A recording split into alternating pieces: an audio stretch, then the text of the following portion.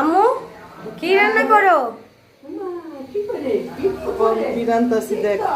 হ্যাঁ, অনেক সুন্দর গ্রান বের হইছে আম্মু, সরিষার তেলের ঝাঁজ।